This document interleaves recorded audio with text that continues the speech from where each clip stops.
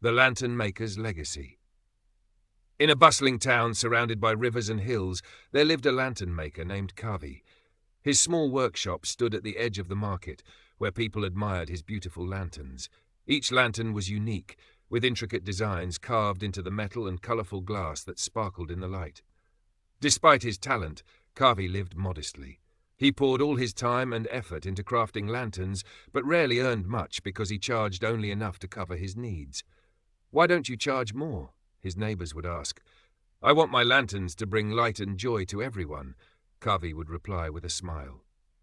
One day, a wealthy merchant came to the market. He was known for his grand parties and lavish lifestyle. When he saw Kavi's lanterns, he was impressed. "These are extraordinary," the merchant said, picking up a golden lantern adorned with red and blue glass. "I want you to make 50 lanterns for my estate. They must be even more splendid than these, and I will pay you well." Kavi hesitated.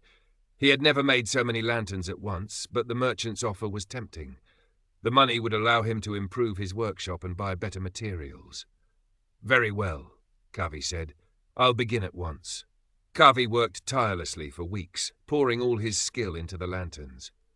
He stayed up late at night, chiseling intricate patterns and fitting glass pieces into place. But as he worked, he noticed something strange. The lanterns didn't feel the same as the ones he usually made. They were beautiful, but they lacked the warmth and joy that his work typically carried.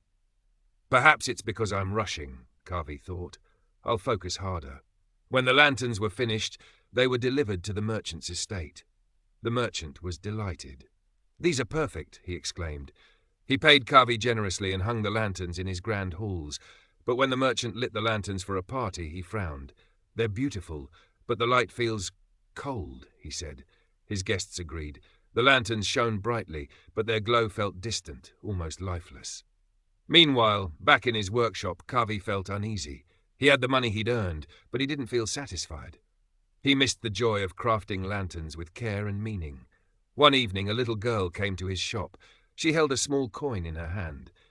"Mr. Kavi," she said shyly, "my grandmother's lantern broke and we can't afford a new one. Can you fix it?" Kavi took the broken lantern and examined it. It was old and plain, with no fancy designs or colourful glass, but it had been used and cherished for years. "I'll fix it for you," Kavi said, smiling. He worked on the lantern through the night, repairing its cracks and polishing it until it gleamed. When the little girl returned the next day, she was overjoyed. That night, as the girl and her grandmother lit the lantern, its warm glow filled their small home. The joy it brought reminded Kavi of why he had started making lanterns in the first place. The next day, Kavi went to the merchant's estate. "I've come to take back the lanterns," he said. The merchant was surprised. "Take them back? Why?" "I've already paid for them." "They don't carry the light they should," Kavi explained. "I'll return your money, but I cannot let my work remain incomplete." Reluctantly, the merchant agreed. Kavi took the lanterns back to his workshop and spent weeks reworking them. This time, he crafted each one with the same care and love he gave to his first lanterns. He thought about the people who would see their light and the joy it could bring. When the lanterns were returned to the merchant, they glowed warmly, transforming the halls of the estate. The merchant and his guests marvelled at how different the light felt. "Now these lanterns are truly alive," the merchant said. From then on, Kavi never rushed his work, no matter how large the order or how tempting the payment. His lanterns became legendary, not because of their beauty, but because of the warmth and joy they brought to everyone who lit them.